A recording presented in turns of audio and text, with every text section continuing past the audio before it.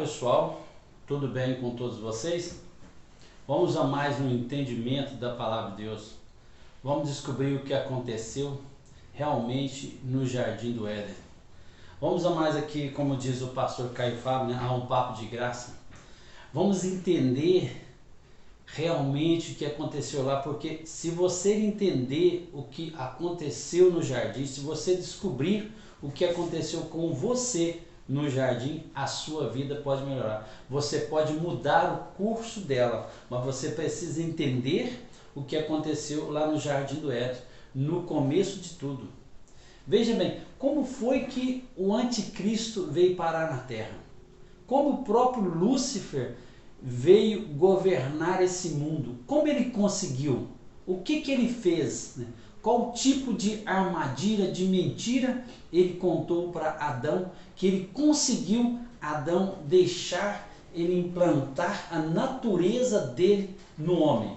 Qual tipo de engano ele fez Adão cometer? Vamos entender o que aconteceu lá para a gente saber se defender hoje do que aconteceu no jardim. Veja bem, Deus ele criou o homem e colocou o homem no jardim, Adão e Eva, ele fez.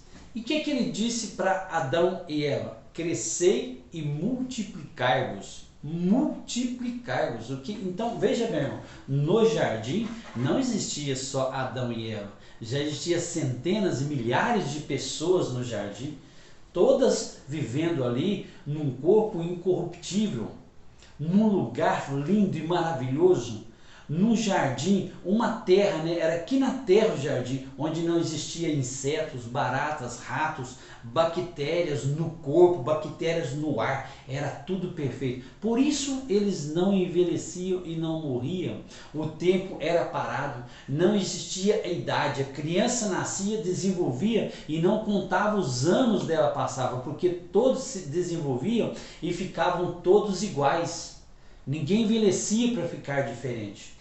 E vamos ver o que aconteceu, como que o anticristo, o próprio Satanás, o Lúcifer, ele conseguiu tomar este reino do homem, porque Deus ele tinha entregado o reino para o homem, O homem tinha o livre-arbítrio para fazer qualquer coisa, Ele podia alimentar das frutas de todas as árvores do jardim, ele podia comer de tudo que tinha no jardim, ele não precisava plantar, lavrar a terra reconhecia o homem com a natureza divina, como ele foi criado com a natureza divina, com o Espírito, com a própria casa de Deus dentro do homem. Deus habitava dentro de Adão. Os dois passeavam no jardim, todo dia à tarde Deus vinha para conversar com ele. É lógico, Deus estava dentro dele, mas ele se manifestava ali. Mas vamos entender bem o que aconteceu. Olha bem, Deus colocou o homem no jardim e disse para ele, olha bem, então o Senhor Deus pôs o homem no jardim do Éden para cuidar dele e nele fazer plantações. E o Senhor deu ao homem a seguinte ordem: você pode comer as frutas de qualquer árvore do jardim, menos da árvore que dá o conhecimento do bem e do mal. Não coma a fruta dessa árvore, pois no dia em que você comer, certamente morrerá. Veja bem, de todas as árvores do jardim, Adão poderia comer, menos de uma. Por que menos de uma? Porque ali Deus não estava se referindo a uma árvore, a uma fruta. Deus não estava se referindo a isso. Deus disse, não coma do fruto da árvore do conhecimento do mal que está no meio do jardim, está passeando pelo jardim, está andando no jardim, não entra na dele, não dê ouvidos a ele. Ele estava se referindo ao próprio Lúcifer, que passeava, estava sempre por ali. Então Deus ele ordenou a Adão que não conversasse com ele, não entrasse nas ideias, não se alimentasse do que aquela pessoa tinha, porque certamente se Adão caísse na dela, se Adão fosse enganado, ele morreria. Veja bem, não era um pecado comum. Deus jamais ia condenar a humanidade se um filho desobedecesse comendo uma fruta. Nenhum de nós faria isso. Quanto mais Deus, nosso Pai, né, que é o próprio amor. Mas Deus avisou para Adão, não faça isso. Por quê? Se Adão cometesse aquele pecado, Deus não poderia reverter a situação. Por isso Deus disse, não coma, porque se você comer, você morre. Porque o próprio Deus não tinha como consertar aquele erro, a não ser que eles terminassem todos no jardim. Mas vamos entender o que aconteceu ali no jardim. Então, Adão e Eva eram um casal. E eles tinham muitos filhos, né? O jardim foi povoado e ali se multiplicou. E todos eram iguais no jardim. Todos tinham a mesma aparência. Nem tinha mais velho, mais novo. Todos eram, né, bonitos, novos, né? Cada um mais lindo e mais perfeito do que o outro. Num corpo de carne e osso, igual ao nosso, mas não corruptível. Um corpo que não envelhecia. E ali ao longo dos anos e anos se passando, né? E Lúcifer, o próprio anticristo, ali tentando arrumar uma maneira dele entrar na criatura de Deus, na criação de Deus, e arrumasse um trono para ele, assentar-se no trono. Por quê? Ele não era criador como Deus. Ele não podia criar um reino para ele. Então ele precisava se apoderar de um. Ele precisava roubar um reino. E o que ele faz? Ele começa a falar na cabeça de Adão e Eva. Ele começa a colocar mentiras na cabeça deles, né? Porque eles eram um casal, né? E que Lúcifer, o próprio anticristo, falava dele? Você pode fazer isso, você pode cometer, né? Você pode ter esse tipo de relacionamento que você tem com Eva, com outras pessoas no jardim. Você pode, né, fazer isso. Aí Eva e Adão disse, mas Deus disse que se nós fizéssemos isso, que nós morreríamos. Não, vocês não vão morrer, vocês vão ficar como ele, como Deus. Vocês vão conhecer o bem e o mal. E veja bem o que acontece, né? O próprio Lúcifer, ele usa uma pessoa no jardim. Uma pessoa ali que a gente já sabe como que é, né? Linda, bonita, de pernas, né? Quantas pregações você já ouviu que a cobra tinha pernas? Mas é claro que não. Ali ele usou uma outra pessoa, né? Com Eva e Adão. E eles cometeram um pecado. E era isso que Lúcifer precisava. O próprio anticristo, ele precisava de uma falha como essa. Porque ele precisava entrar no DNA do ser humano. Foi o que ele fez. Ele entrou no DNA do ser humano e a natureza do diabo, a natureza do anticristo nasceu nos próximos filhos de Adão. E veja bem, ele consegue estabelecer o reino dele agora nessa terra. Ele toma para ele o domínio da humanidade, porque todos vão nascer agora com a natureza dele. Todos vão nascer, né, como se fosse filho de Adão. Todos vão nascer filhos de Adão, filho da sociedade, da parceria que Satanás, o próprio anticristo, faz com Adão. E Deus não recebe, Deus não reconhece esse erro.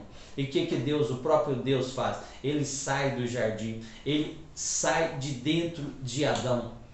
Né? O espírito de Adão morre, o espírito seca e o anticristo cria uma mentalidade carnal no ser humano, uma mente 666. Ele estabelece a marca dele no homem. No jardim se estabeleceu a marca 666 e um sinal na mão direita. Dali para frente o homem teria que trabalhar, teria que suar para viver do suor dele. Por quê? A Terra, o universo, ela não reconhece mais o ser humano como filho de Deus. Ela não vê a natureza do Pai nos filhos, né? Em Adão e em todos que estão ali no jardim. Então ela se sente prejudicada e ela começa a produzir espinhos, abrolhos, né? A terra contamina, bactérias, insetos começam a encher a terra. O corpo de Adão começa a envelhecer, porque as células do corpo dele passam agora a envelhecer e caminhar para a morte. Veja bem, Satanás, ele consegue estabelecer o trono dele na criação de Deus, na humanidade. E veja bem o que acontece. Deus, ele mesmo assim, Deus, ele é amor. Ele não abandona o homem. Ele quer continuar um relacionamento com o homem, mas dessa vez ele está em desvantagem, porque o anticristo ele fala na mente, o próprio Lúcifer fala na nossa mente, né? O tempo todo, porque a natureza dele está em nós. E eu vou te explicar isso, o que aconteceu na cruz. Então, o próprio anticristo ele vence ali no jardim, ele tira Deus, ele praticamente expulsa Deus de dentro do homem, da criação do homem, do espírito do homem, e assenta num trono, e ele consegue. E ele já começa o seu reinado ali, fazendo a primeira maldade, né? Levando Caim a assassinar Abel. Começa o reino do anticristo na terra, uma mentalidade meia-meia, uma mentalidade humana. E Deus, ele começa então a relacionar com o homem do lado de fora, né? Então, através de um sacrifício de animal, através do sangue de um inocente, ele consegue chegar até o homem e passar mensagem para o homem. E veja bem, e segue-se o mundo então, passa ali pelo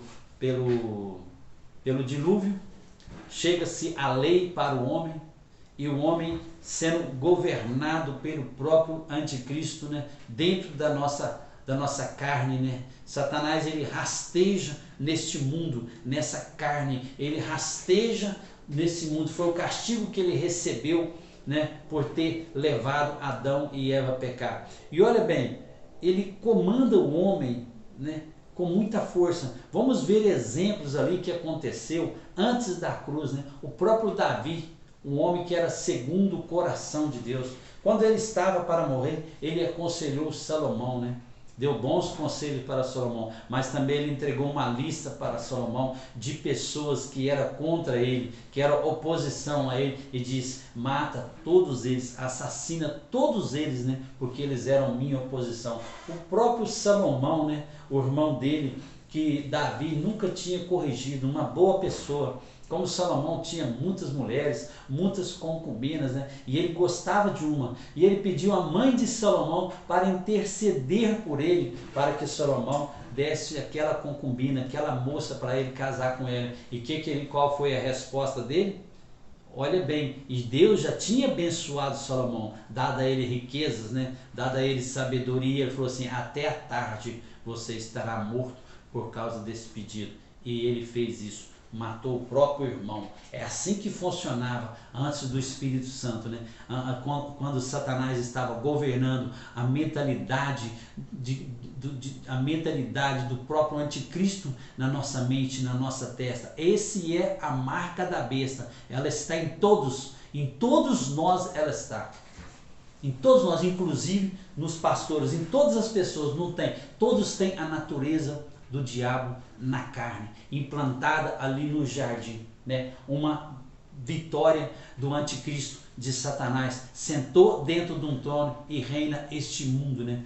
Olha bem, mas o que acontece na cruz? O que aconteceu ali na cruz? Deus então, ele resolve quitar a dívida que o homem tinha com ele, não era com o diabo, com Deus. Deus era inimigo do homem. O homem era inimigo de Deus, e quando os dois se encontravam, alguém morria, né? Ninguém podia chegar perto da arca, tinha pessoas certas, não morria todos. Várias vezes ali no Velho Testamento morreu muita gente, milhares de pessoas, porque chegou perto da arca, perto de Deus. Mas Deus resolve fazer amizade com o homem de novo, e ele dá o próprio filho, né, para quitar a dívida da humanidade, né? E Jesus, através da cruz, o sangue derramado, toda a nossa dívida foi quitada com Deus. Mas o que a gente pode ver ali em relação ao jardim? O que aconteceu? Se nós perdemos o espírito no jardim, ele foi mortificado, estado de morto. Na cruz, próprio Jesus batiza a humanidade na cruz, né? A humanidade é sepultada com ele na cruz, na sua morte, né? E a humanidade foi ressuscitada com ele na sua ressurreição.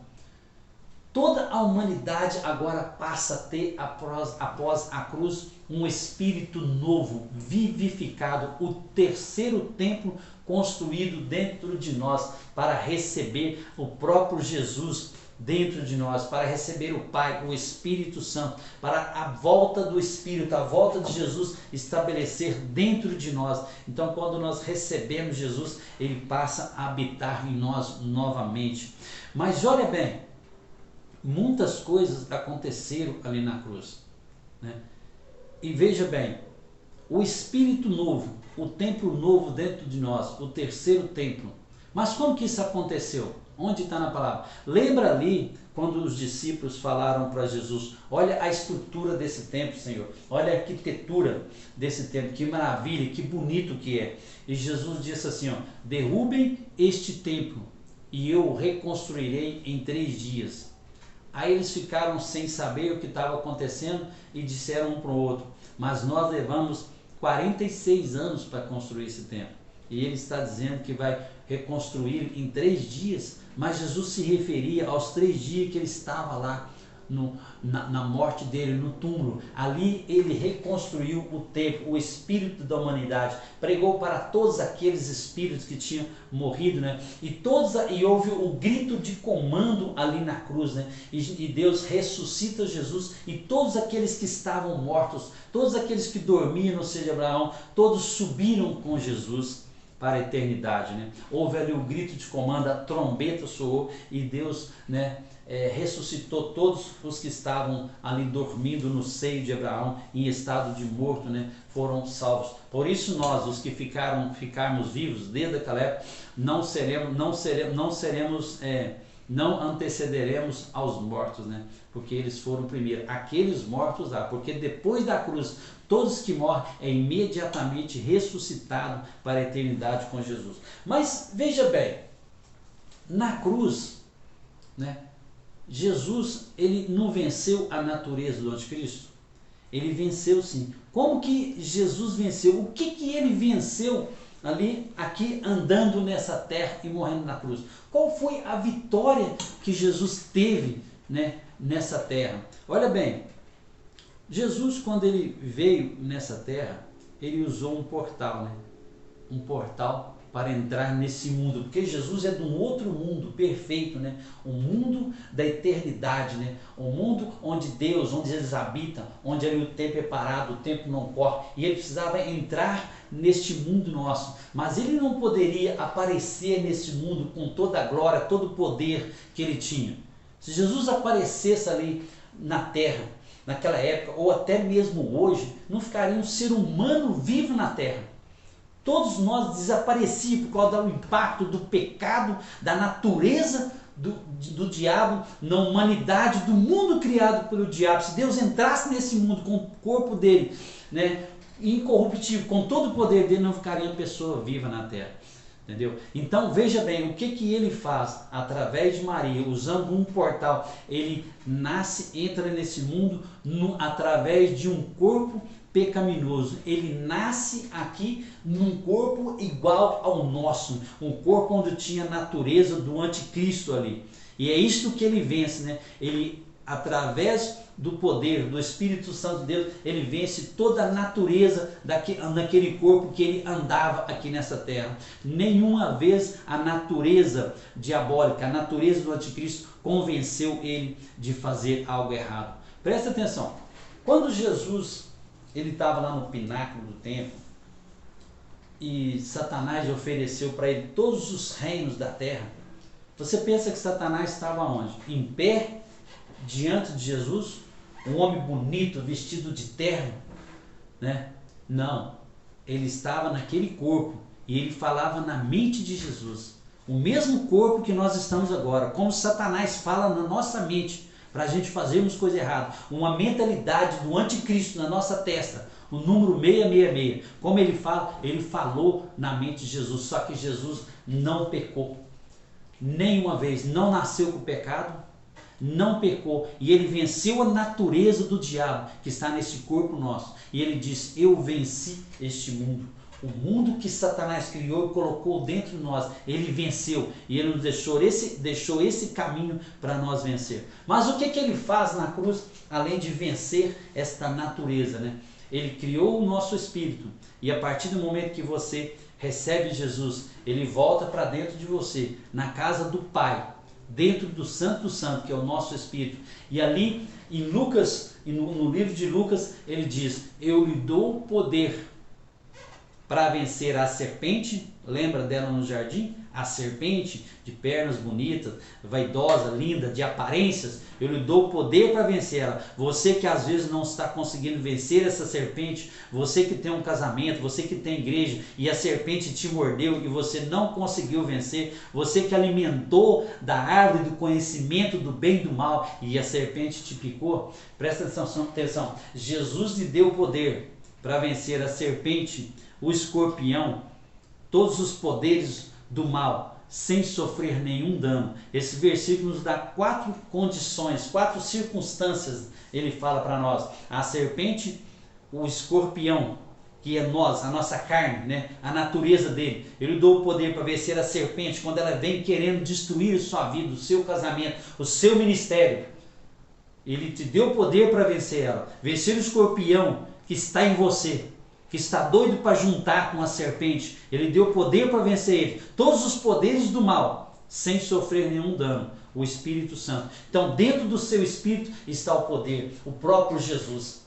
Ele está aqui para vencer com você. Então, há uma guerra dentro do homem, né? O espírito milita contra a carne. Militar é guerrear, irmão, é matar, é destruir o outro, é uma guerra. O espírito milita contra a carne e a carne milita contra o espírito. Você da graça aí que prega, que mistura tudo na cruz, né? Tudo que Deus deu para nós na cruz você faz uma salada. Mas não, ali Ele te deu salvação, vida eterna, um corpo incorruptível, o céu, a eternidade. Ele quitou sua dívida, te deu de graça tudo isso. Mas o reino do céu, o governo dele, só aqueles que vencer, aqueles que fizer como Jesus, aquele que vencer essa natureza, né? Ele lhe deu direito de ser feito filho, de andar na condição de filho, direito de entrar no reino do céu. Isso foi te dado direito, uma luta que você precisa entrar nela para vencer. Então, essa é a diferença de você pregar uma graça e misturar e englobar tudo. E o reino do céu. Veja bem, olha bem, então o que acontece, né? Vamos especificar mais o que foi o resultado do pecado de Adão, de ele liberar para Satanás, o próprio Lúcifer, o anticristo, liberar o reino deste mundo, né? Que era de Adão. O reino era de Adão, ele tinha livre-arbítrio para fazer tudo e ele entrega para Satanás. Vamos entender o que foi que aconteceu com o pecado, qual tipo de atitude e o que isso trouxe para a nossa vida, o que aconteceu na nossa vida. Vamos lá em Gálatas, né? No livro de Gálatas, capítulo 5, e versículo 19, 20 e 21. Olha bem, irmão, para você entender o que aconteceu no jardim. Deus não criou o homem com a natureza humana, nem com a natureza do diabo. O homem foi feito corpo, alma e espírito. E o espírito era o templo, a casa de Deus, era o nosso espírito no jardim. Um corpo de carne e osso Adão tinha, mas incorruptível, eterno. É esse corpo que vamos receber após a morte. O mesmo corpo de Adão antes do pecado. Veja bem o que aconteceu com o pecado. O que nós recebemos com isso? Olha bem, as coisas que a natureza humana produz são bem conhecidas. Elas são a imoralidade sexual, a impureza, as ações indecentes, a adoração a ídolos, as feitiçarias, as inimizades, as brigas, as ciumeiras, os acessos de raiva, a ambição egoísta, a desunião, as divisões, as invejas, as bebedeiras, as farras e outras coisas parecidas com essas. Repito o que já disse: os que fazem essas coisas não receberão o reino de Deus.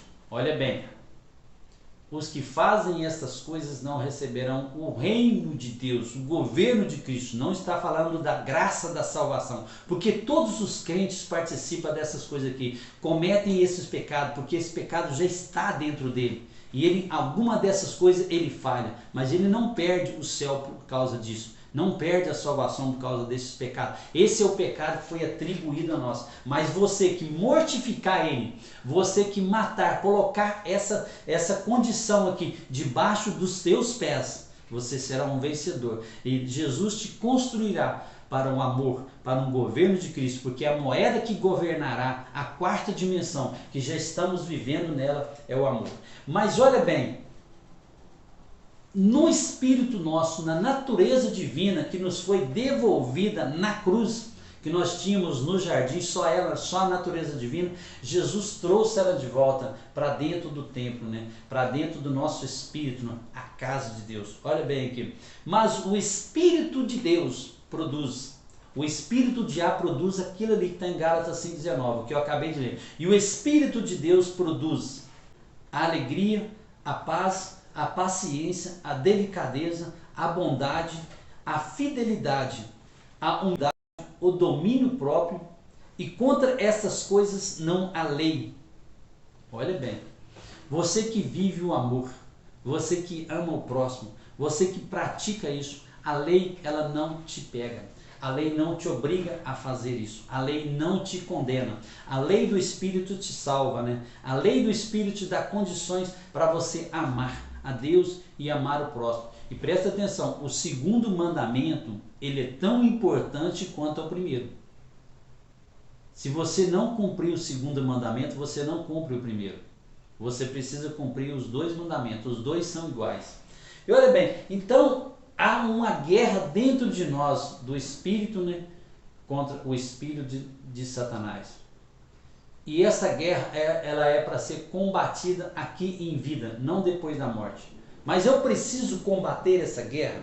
Não, você não precisa. Você recebeu de graça a salvação. Se você se contentar com a salvação, com a eternidade, né, contentar só com ela, né, você não ser uma pessoa reconhecida na eternidade, ser uma pessoa de galardões, de bens, de riqueza, você será salvo, mesmo que você não vença ela aqui na terra. Né, como a maioria dos crentes e dos próprios líderes não vence essa natureza. Mas se você vencer essa natureza, como Jesus venceu, você será galardoado.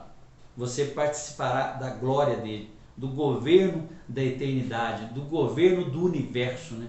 Você participará disso. Ele capacitará você a receber isso. Mas vamos seguir em frente. O que acontece com o anticristo, com a mentalidade 66, com o anticristo que agora tem um poder dentro de nós que pode combater ele e vencer?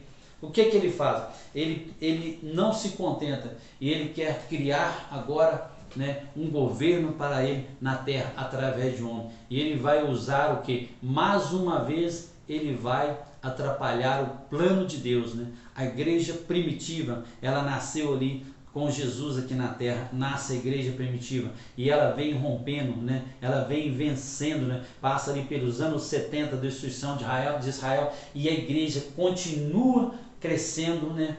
E vencendo. Mas ali no ano de 365, né?